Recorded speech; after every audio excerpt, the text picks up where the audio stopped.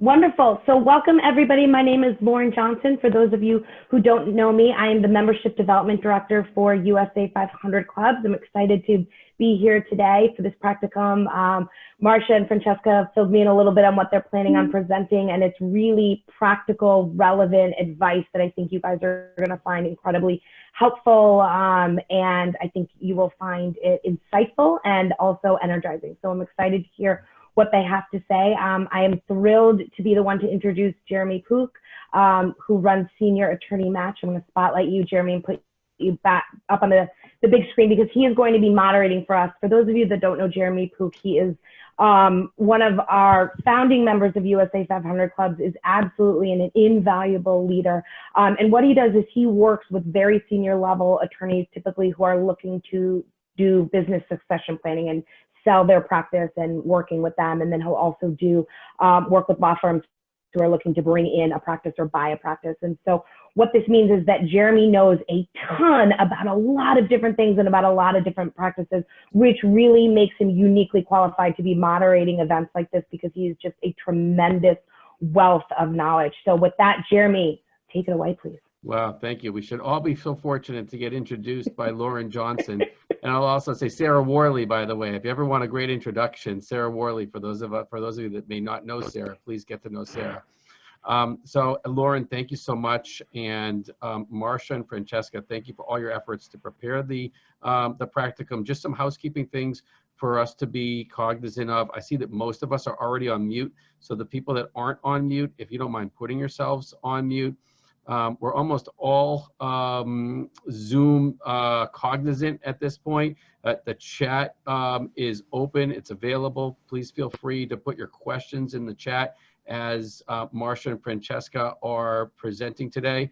They've asked that when the questions are presented that they'll probably answer it and that you answer your questions in real time. So we're scheduled to go for a half an hour, but we also can go out to 45 minutes. So if people need to leave at 2:30, it's fine, but we're going to actually take this out to 2:45.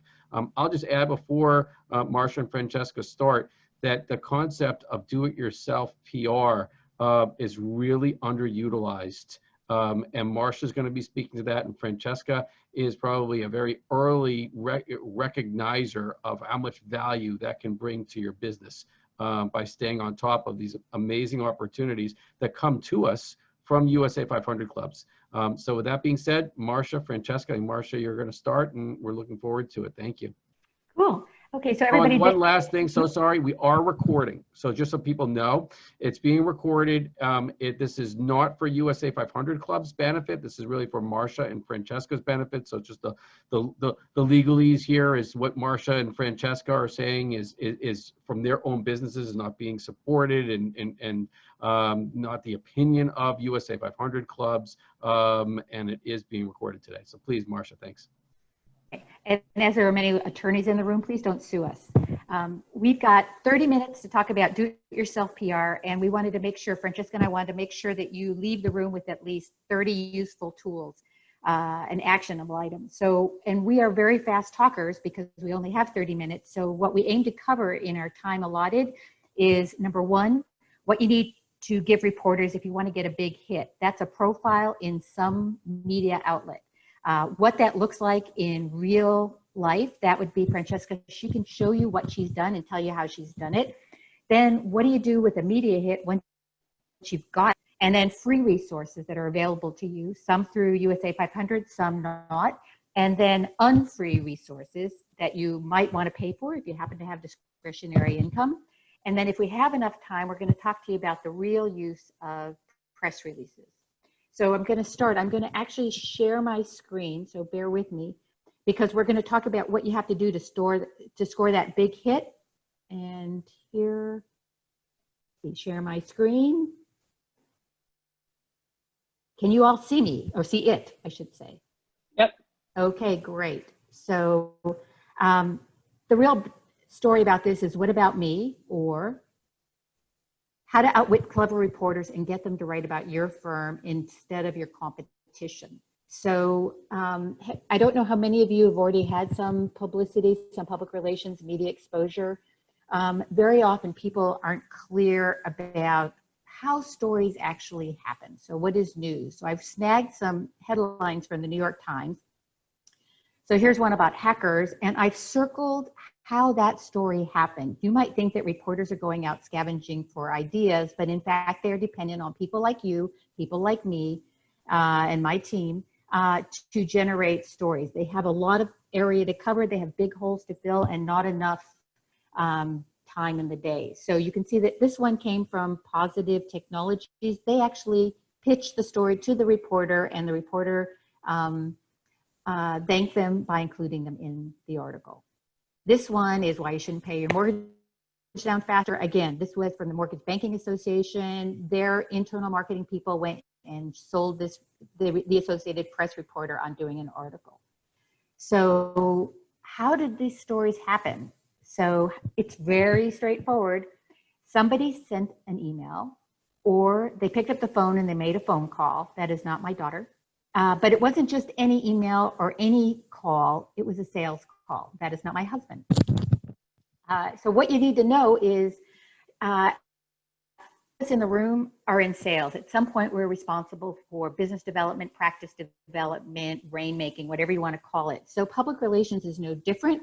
Public relations is sales. It's not this kind of, hey, I want to buy a car, but it's benefit selling. And this is really tricky because I'm going to show you a quote by Henry Kissinger next. It's benefits. It's what you have to ask yourself, what will that news outlet's audience, not that reporter's responsibility is to sell stories to his or her editor. That editor is responsible for filling a paper with news that their readers can use. Otherwise, they can't sell advertising against it. So how will that outlet's audience benefit from what you have to share? So what that dynamic is, it's you treating reporters as potential customers and them. And you have to give them what they want, which is news they can use. And I've used the New York Times, sorry guys, because I know there's a lot of people from outside the state. So this is a Henry Kissinger quote. Often clients will say, I have a story. I have a story idea, and I think reporters would really be interested in covering it. I bought a new desk, we opened up a new office, we just hired a new VP of sales. I think you should be able to get brains, Chicago Business or the New York Times or the Boston Globe. I think that's a useful story, but it's not. What's important is, so Henry Kissinger said, what questions do you have for my answers? What we're saying is, how are you going to answer their questions? We have a client, he wants to sell red shoes, but the market only wants to buy blue dresses, but he is insistent on selling red shoes. He can't get arrested. If you are persistent in saying, I know what reporters want, I'm going to give them what I need to sell them, you may end up not having, getting the result that you're looking for. So this is not how public relations works in the real world. So what I'm going to do is show you a story. This is a law firm. The good news is they're no longer in practice, so nobody gets exposed. But this came about because a client who was a banker asked us, how come a San Francisco law firm got into Crane's New York business? And so we did this diagram of a story so you can see what you have to be prepared to give. You don't necessarily always have to give to get a profile in either one of your business publications or a general business publication, because you probably want to know, how do other people get this and why not me? What do I have to do? So here's what it looks like. First thing you need to do is you have to be prepared. They may not ask for it, but you should be prepared to offer a case study. That's typically what we call a miracle that you produced on behalf of a client, some great thing. So in this case, this is a story that appeared before the dot-com bubble. So it was a previous financial crisis. So we're looking back in time. And then they also talked about other dot-coms that they worked with. And you could see how many clients they quoted. You don't have to do these many, one is fine, but this is what they did. And then, I mean, they got crazy, right? And then you have to be prepared, perhaps, depending on the publication. In trade media, probably not so much, but in real solid consumer business media, they may ask you about your business. And in this case, Brobrick said that their New York office took in $20 million in revenues, which was about 8% of the firm's total growth. So they actually said numbers. And then you should talk about, they may ask you questions about market position. You should be prepared to talk about it. And so in this instance, their 9-year-old office is out hustling other law practices in the grab for social media clients, new media clients. And then you can talk about, these are all things to think about to bring to reporter if you have a unique business strategy that is generating some sort of result.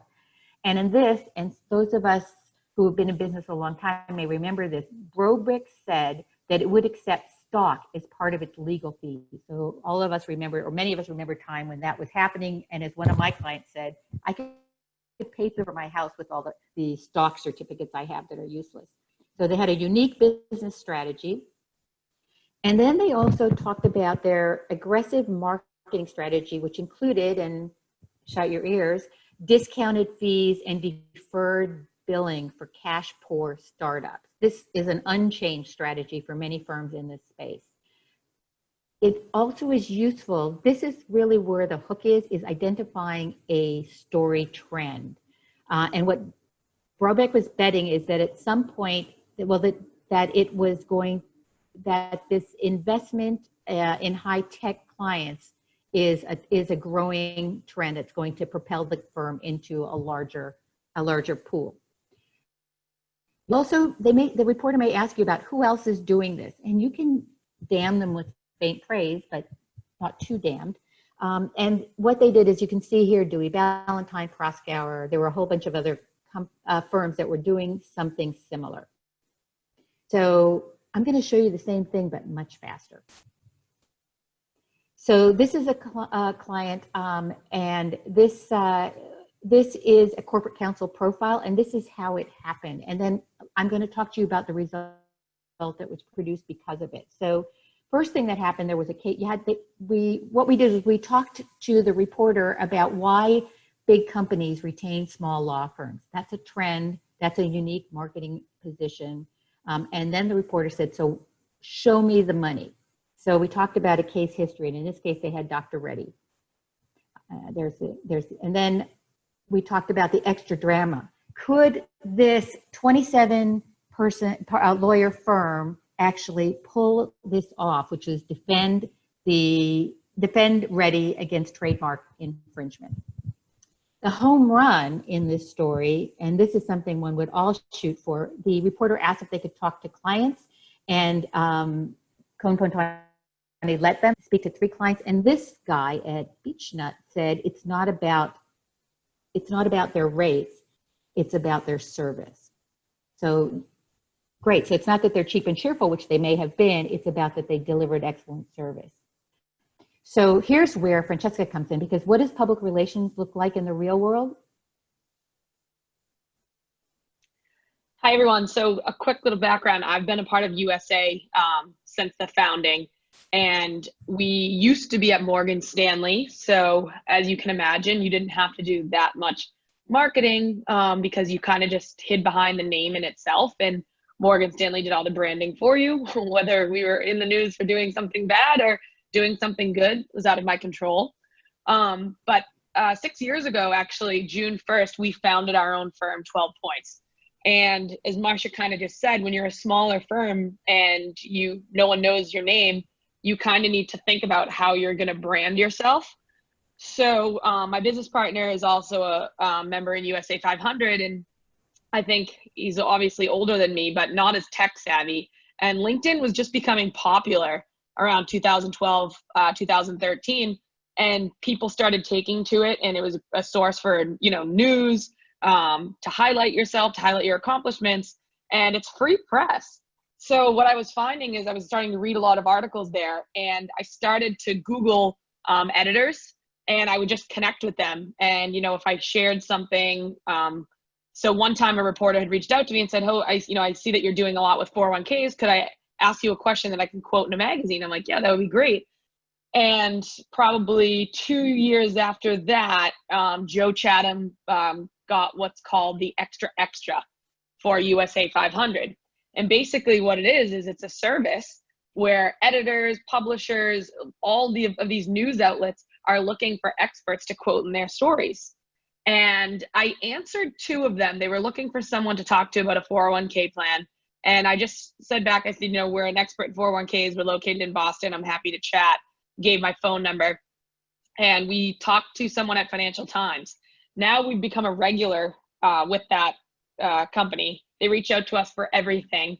And then we've gotten published in tons of different articles talking about 401ks, commodities, wealth management, just our specialty.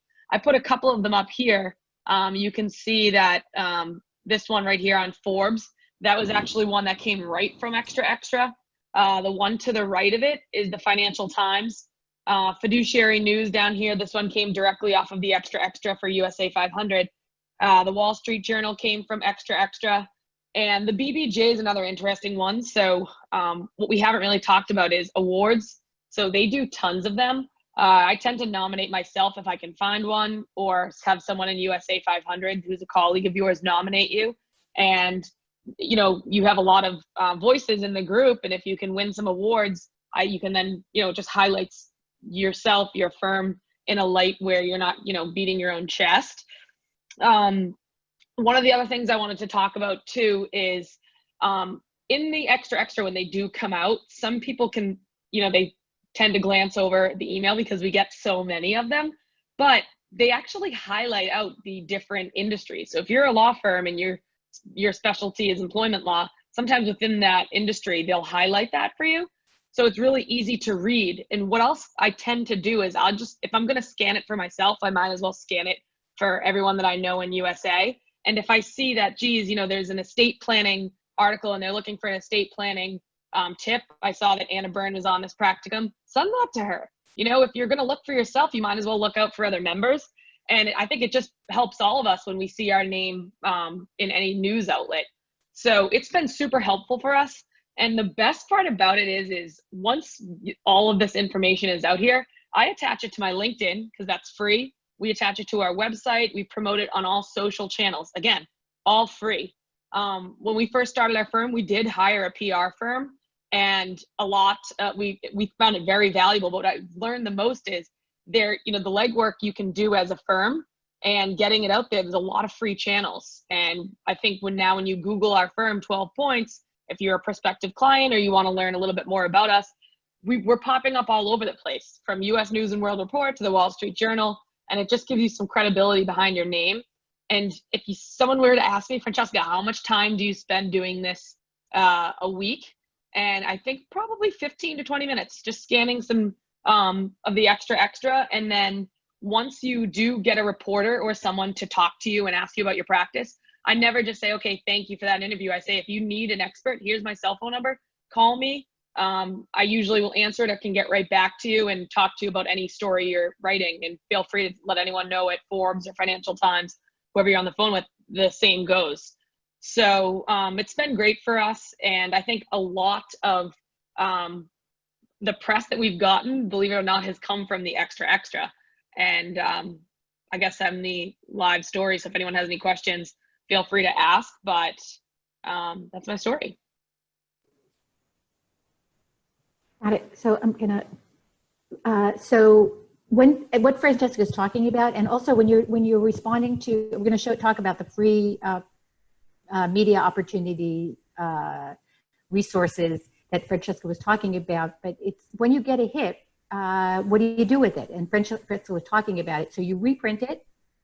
You reprint everything. If you can, delete the date, because then it's evergreen. Because nothing is sadder than an interview you snagged or a byline article you snagged that runs on December 31st, and then January 1st, it looks like old news. So if you can, some of the websites are not set up for that, post it on your firm's website, email it, set yourself up with a free Constant Contact or MailChimp account. You can have 2,000 contacts in there for free, and send it out to your database. Some of you who are not USA 500 members who are on this call, you got it because I promoted this through my through the firm's email marketing account. So send it out. Wait till after COVID and people are back in their offices, but snail mail. There's not a lot of snail mail that goes out these days, but if Google is sending me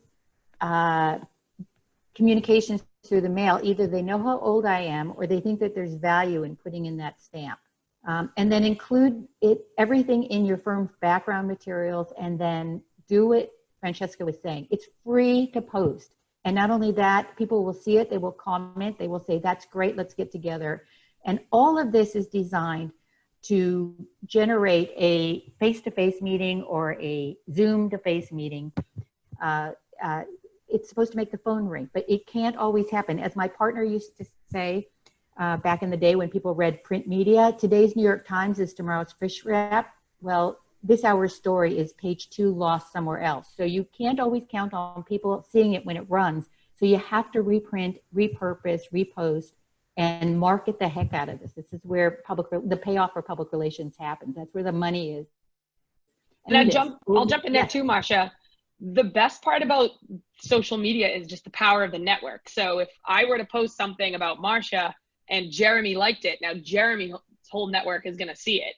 So we've actually had inbound clients come through, and I can tell you one of the last ones is his friends liked something of ours on Instagram, and we messaged through Instagram. So they had found out about it from our friends. So the network just keeps getting bigger. And I saw Joe just write in the chat too that, yeah, USA 500 Clubs then we'll repost that. It goes out to all their members. It comes from another channel. So the power of how many circles you can go through in someone's network is really, really big. Right. If we thought that Zoom made it possible to talk to people all over the universe, social media does the same. So now what are you going to do? All right, here's where some of the takeaways are, and we will be happy to post this presentation. So there's 4 important free takeaways. One is the USA 500 Club's end of day newsletter that Francesca was talking about. And yes, it's an aggregation of media opportunities by reporters. I think you scrape it from Cision, and you have to just go through it. You never know what's going to happen. And then when you get an opportunity, when you see an opportunity that's useful, and I'm going to talk about HARO in a second, it's the same policy, and Francesca and I have talked about this. You do not write a book. A lot of people, and if I could see your hands, I would ask you to raise, but a lot of people say, you know, I've tried these things, it doesn't work. I responded to a reporter and I didn't get anything back. It's a numbers game, just like regular sales. So you throw enough against the wall, something's going to stick. But the key is not to write a book. When you see an opportunity on HARO, and this is all free, you just register for it. And I know that some people think it's not as good as Cision, but it is because it's owned by Cision. You just say, hey, I see you're looking for an attorney who can talk about bankruptcy pandemic. So I can give you chapter and verse on that topic, and then click send. Do not go and write a book about, oh, you know, the pandemic is whatever. You don't, no stories, just sentences. And Marcia, I'm just going to interrupt you for a second, because I think what you said right there is really important. And that's somewhere where I know Francesca has really excelled at this, because from what both of you have told me, when, you know, somebody will see an opportunity, they'll write 3, 4, 5 paragraphs to try to prove that they are the expert. And that's actually a turn off instead of a turn on in terms of getting the reporter's attention. So maybe Francesca, could you give us an example of, you know, how you've responded with some really short responses and get a reply from the reporter that put the post out? Yeah, I can give you an example. There was one that says for fiduciary news, it came through the extra, and it was asking about target date funds and are they a ticking time bomb? And I just said, here are 5 things I can talk to about target date funds, and I bullet pointed them, and then just said, if you have any other questions, here's my email. And he got right back to me. I actually had a phone call, and he said I was looking to talk about point number 2. So it's much, I think if I were to write about everything, he probably would have just disregarded it, because they're writing a paper, so they're not going to take a whole paragraph. Some people send their resumes. I think the shorter, the better. And even if you can bullet point things that you could talk about to the topic, it helps much more. I'm also going to say the subject line matters. Just when you're sending out an email marketing blast, subjects matter. So if you don't want to do it yourself, but you have someone in your firm or somebody in your family that can do this under an appropriate email, just say, would you like to speak to Jeremy Pook? He's the managing partner of Senior attorney, Matt, he can, you know, he can talk to you about the fact that it's a buyer's / seller's market for people who are looking to exit their firms. And so that's just a made up story, but again, you get our drift. Short, sweet, good subject line. Another free resource is the New York City Public Library. All you need is a library card. If you're not in New York City, your city public library will have the same. There's always a business branch, and they are a font of free media information. So you can do it if you can't Google, if you don't go on Harrow, if you don't want to spend a couple grand for Cision, go to the library. It's free. A lot of it now is accessible online, although I know that some libraries are opening, and they've got directories. Some of them are paper, so it means you've got a copy, but they're there. There is in the internet a plethora of free press release distribution websites. I'm going to talk about that a little more. We can certainly send you a link. I can send you a file with all the links that we use.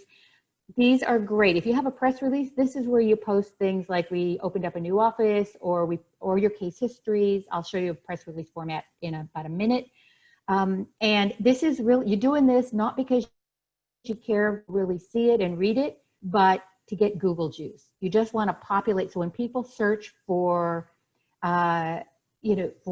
senior attorney match, for example, and I'm just saying that because Jeremy's on my screen here, is more than just your website and your LinkedIn profile pop up. It's all, and all of this is about credentialing, so you look as good as you are. There's two useful unfree takeaways, and one of them is Leadership Connect. It used to be a directory, and it's now it's kind of like a Cision product, so it's about the same cost, but it's useful to connect you with reporters. It's just an online database. If you want to talk to reporters in Muskegon, Michigan, you just type in Muskegon, Michigan, and up it. Cision, which is also a non-free, but it is free with your USA 500 Clubs membership. That's where they're scraping up all this good stuff. I will also tell you, there are real reporter opportunities on Harrow and on the USA 500 news feed.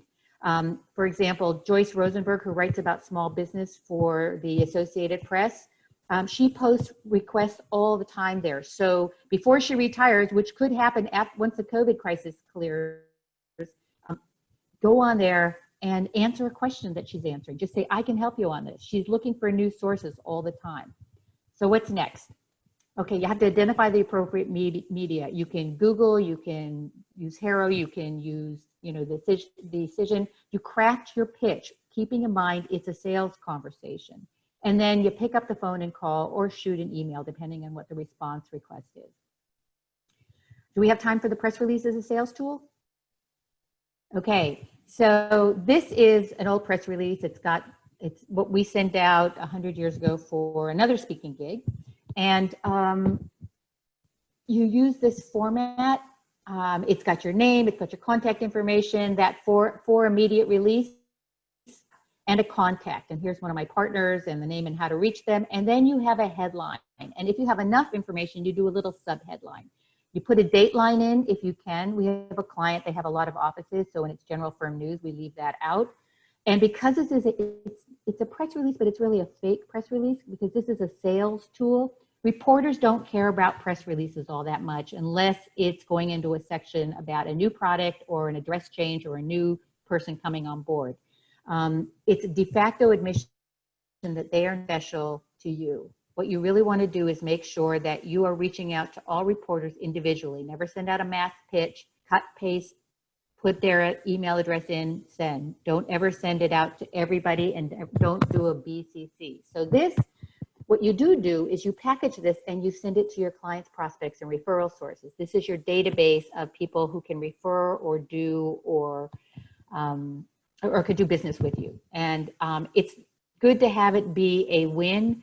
So you've got the name of a person, the event, the conversation. Then if you can, there's usually a quote because sometimes this will be printed. They'll pick this up directly. And then some background on you and your company. I don't know if there's any questions, and then you take this and you go back to this. You distribute you post it on your free press release distribution sites. Do not, when they ask you, do you want to get better exposure for $1? Don't do it. It's not $1 well spent. If they say for $10, we'll make sure you get picked up in Google, don't do it. It's not worth the $10. These are free press release distribution sites. Go for the free option, because all you care about is when someone Googles you, all this stuff pops up, and people aren't going to know that it's a free press release distribution site. That's it. Questions? Terrific. Well, thank you to the both of you. Marcia, if you don't mind just closing out the share. Yep.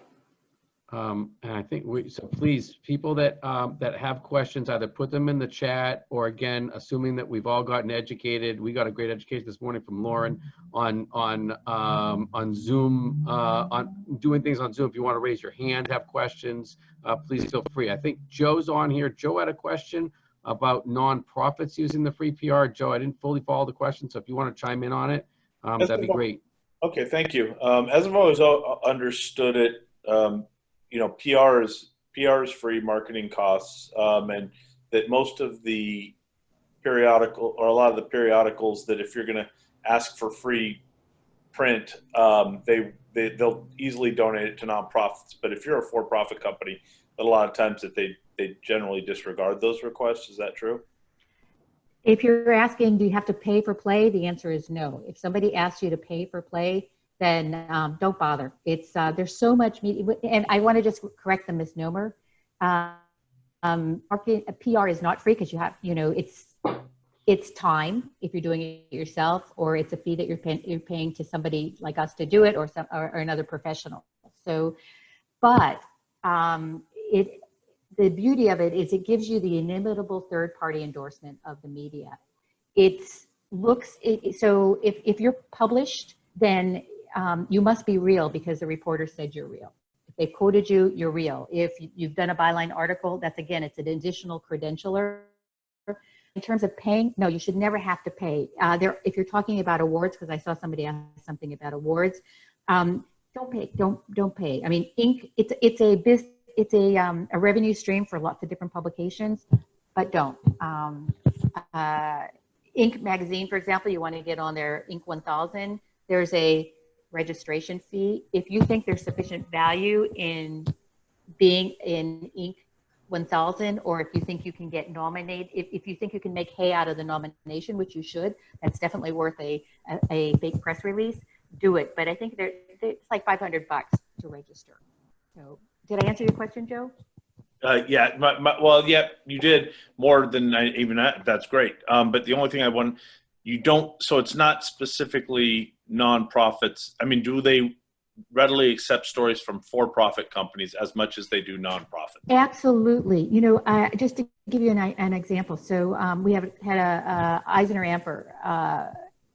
When it was Eisner, Dick Eisner came up to me and he said, you know, I go out to breakfast with a reporter from Business Week all the time. We go out once a quarter. And, you know, back in the day, she used to write about me a lot, but she's not writing about me so much anymore. I don't know what that is. And I said, you know, well, she likes you, so she's having breakfast, but you're not giving her news she can use.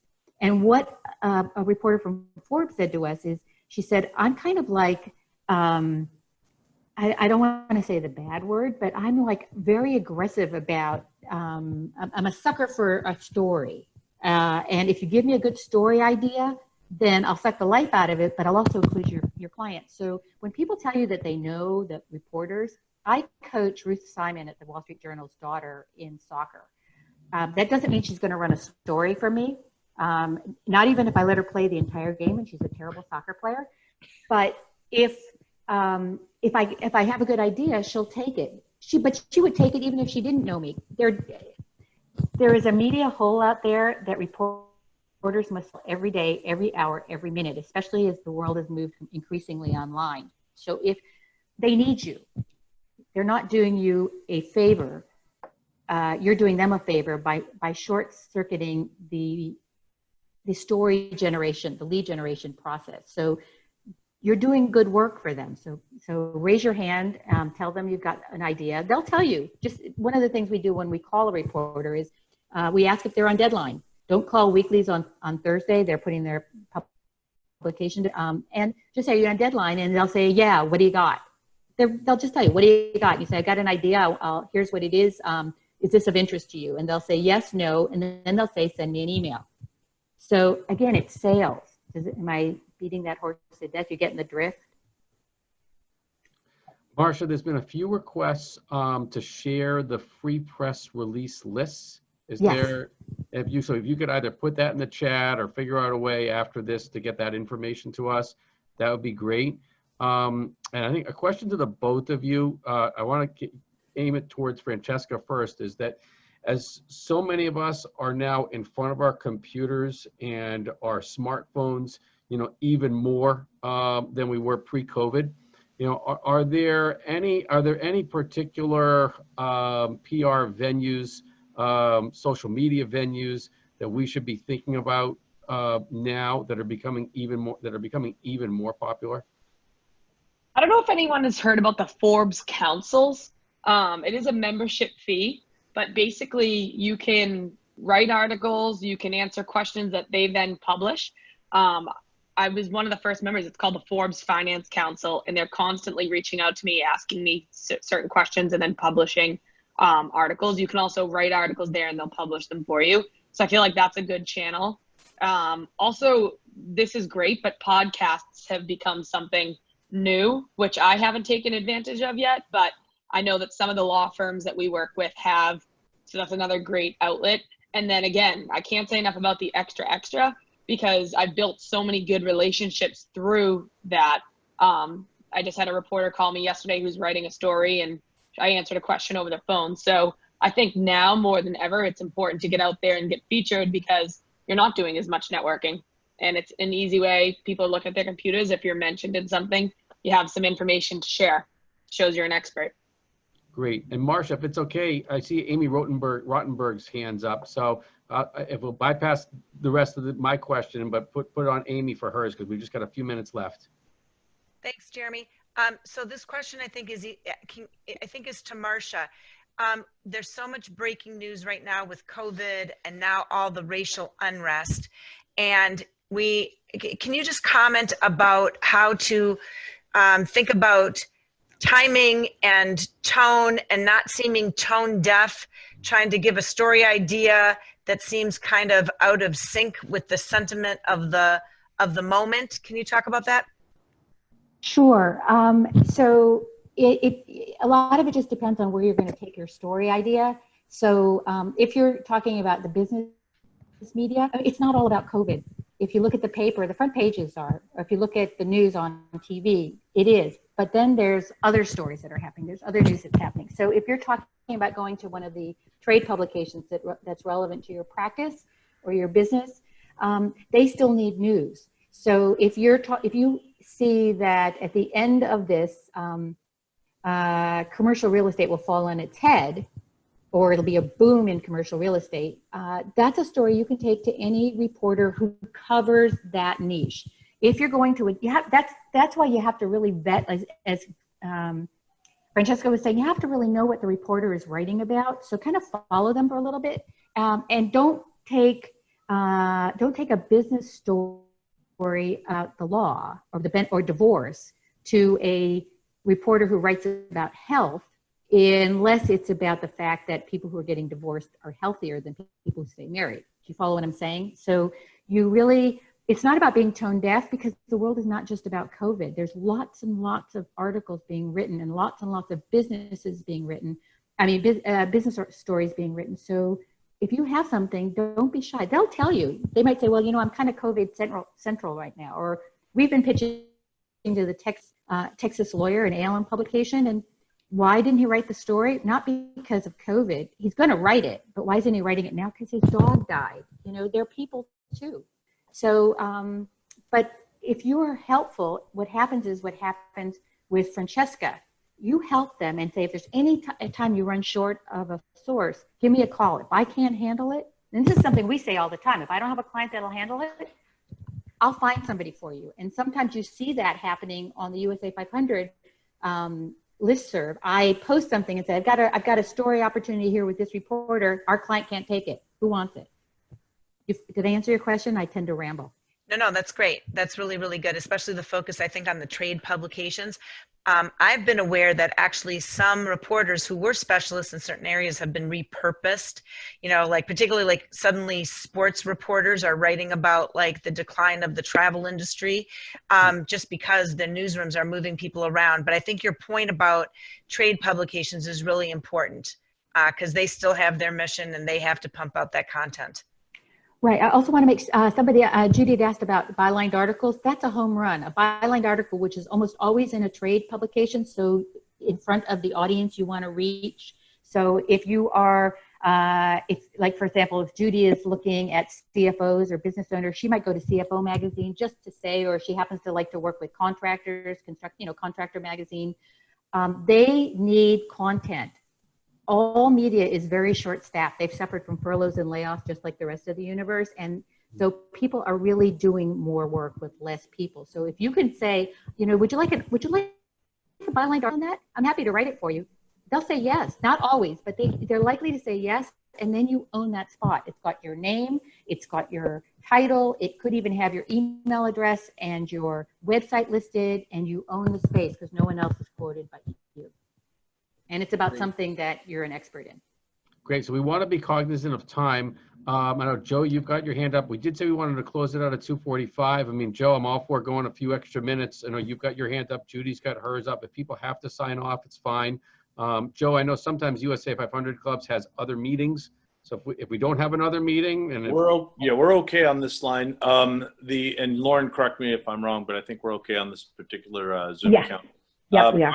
My observation, kind of perfect segue, thank you, Marcia, is that you can also, on the extra, we will also put radio opportunities. A lot of them are kind of lame, but a lot of them are interesting, and you get your name out there, or podcasts, like Francesca said, that's a big thing. But on the bylined article, sometimes you will get those requests. For the attorneys on the line, I know you're familiar with Westlaw. I once was asked by West, I submitted an article per an extra request going back many years ago now. And I ended up writing Westlaw's finance and banking articles during the whole mortgage collapse. It gave me credibility beyond belief as far as in a world that there wasn't a lot of credibility at the time, in the mortgage world. So pay attention to them. Like Francesca said, you're looking at this maybe 15 minutes over the course, 20 minutes over the course of a week. And I'm going to, Francesca is a very good friend of mine, and, Francesca's, 32 years old, and she's been quoted in more magazines and periodicals than most people will in their lifetimes. And she's established a great business and a super reputation. So I think she's a perfect example of how you can take advantage of these things. So I just wanted to thank both Marcia and Francesca for sharing today. Great, thank you. So guys, I think we will go a few extra minutes. By the way, Marcia, Francesca, you're both okay with that? Going a couple more minutes? Yep. Okay, great. Jason Solomon, please. Hey guys, sorry, lawnmower's going next door. Can you guys talk about the idea of topic choices and just kind of generally within your industry? And also, Francesca, you're a veteran. You've been literally all around the place in terms of the media and such. Do you have, over time, have you developed a catalog of maybe 3 or 4 kind of go-to topics? So can you talk about jumping into the space, topic selection, and also legacy over time? Do you have kind of go-tos that you just recycle and send out there? Thank you, guys. Yeah, Marcia, I'll jump in. So I really wanted to grow our 401k retirement practice.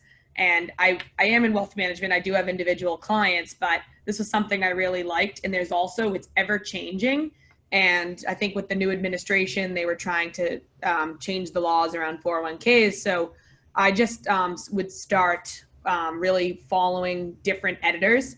And I typed in 401k. I looked at Fortune, Wall Street Journal. I followed all the editors.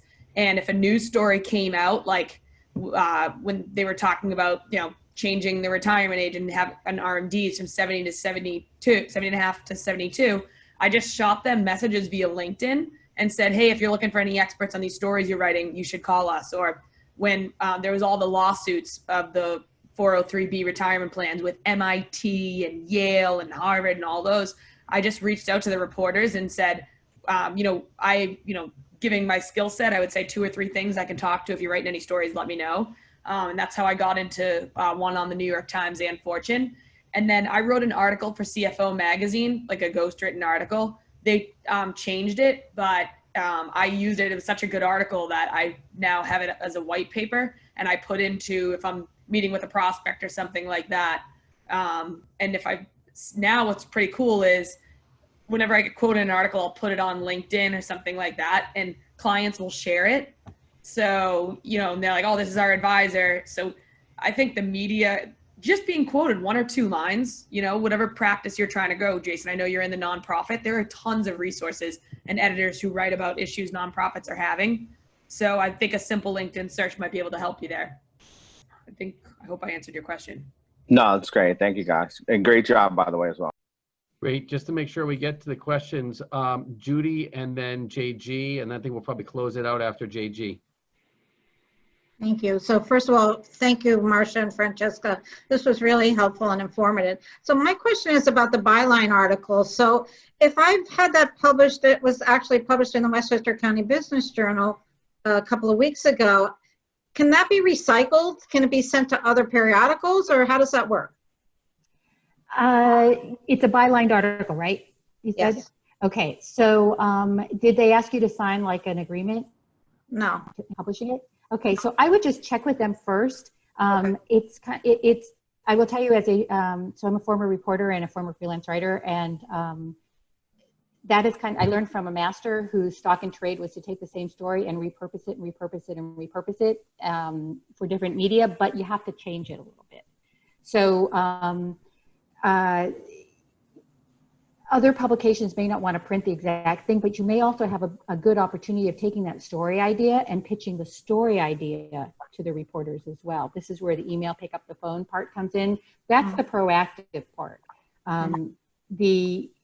But you could, one of the things we never do is we never make a client write without a home, write anything without a home for it, without a placement for it.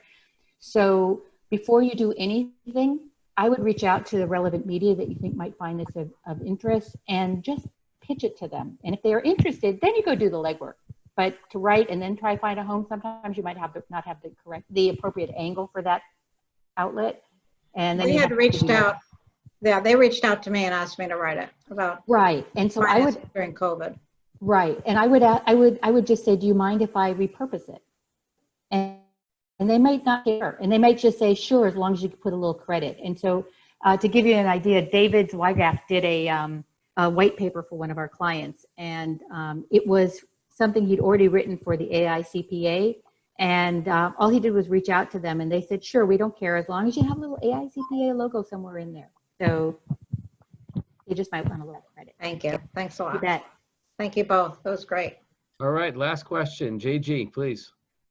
Thank you. I hope my internet stays up for this. So I'm struggling with one piece here, and I'll give you a great example. There's so much drama going on in the economy right now, such as J. Crew going bankrupt, Neiman Marcus, marquee named companies that we never ever would have thought would go belly up. And here I am. I kind of work with a lot of executors from some of the biggest name companies you could ever imagine, C-suite executives. And I got a phone call from one of the presidents of a company saying, hey, I'm going to lose a lot of money in my equity-based comp. And I wrote a whole memo, sent it to them, and they're like, great. And literally, as we're on the phone, on the Zoom call, I got an email from one of the managing directors of the company saying, hey, I saw your memo. And I'm like, oh my God. So I'm kind of thinking here, scratching my head, great, I'm kind of the go-to person. I could be the hero for people that are kind of in this industry that have this challenge. How would I go about, so we spoke about Googling reporters on the topic. Like, this is such a fine little point. Like, how do you go about identifying, which media outlets? Is it really simply just going and Googling Barron's Wall Street Journal, or, you know, who are the, I wouldn't even know, like, help me with that. So here's a couple of things. Let's say so these are folks that are in what's their industry? Let's say the schmata business. Yeah, I knew you were going to say that. Okay, so this is the kind of thing that you could take to it to CEO magazine. You don't have to go to Barron's. You could take it to W. You could take it to, I forget the one that's for men's fashion. You could take it to CFO magazine. Do you follow what I'm saying? Sure. Take the article, because you want to be in front of the people who might give you business or who might become clients. That's the thing. This is a sales thing. So who's your target? Sure. It's kind of like ready, aim, fire, instead of ready, fire, aim. Oh, I got this great idea. So who do you want to go to? If you want to go to, the COO, there's a COO out there, COO media, Google that. Then go see who's on their masthead and say, I mean, even if you wanted lawyers to refer you, I mean, ALM has a whole structure on their website of people, of who's covering what. And then you take that person on. And again, it's a numbers game. So you'll send out a lot of pitches. And if you get one, home run. I'd also say you should, if you have anything, or there's anything you can Google and then hit the news tab, and then you could take a look at some of the other articles that were written, and Great then idea. scroll to the bottom, grab the editor, throw the editor's name into LinkedIn, and shoot them a message. They respond, surprisingly. So, Love it. wait, Frankie, sorry. For the slow people in the room, including me, I didn't follow what you just said, but it sounded very smart. So It is. What I said was, if you go into Google, I put in like 2 or 3 keywords of what he's talking about, right? So if I want to write about 401ks, fiduciary, and fines, I put those 3 words into Google, hit the news tab. It's going to pull up every single article with those names in it. And then if you see one that's similar to the topic he's talking about, click on it, scroll to the bottom of the article, grab the editor's name, take his name, put it into LinkedIn. They're all on LinkedIn. Request them, say, I'm an expert in this matter, saw your article, would love to be a resource to you while you're writing about this. Good. Awesome. Wow. Good stuff. Well, I think, when Joe thought of the idea of having these practicums that came out of the town halls, Joe, I know I'm speaking for you now, but I really think this is what you envisioned, which was the town halls were great for public discussions. This was great to learn from experts, and that we can take this ourselves. We can tell our clients about it, tell other members about it. So this is a home run. Now, just thank you to the both of you. You prepared a lot, and it was great. And, Joe, go ahead, please.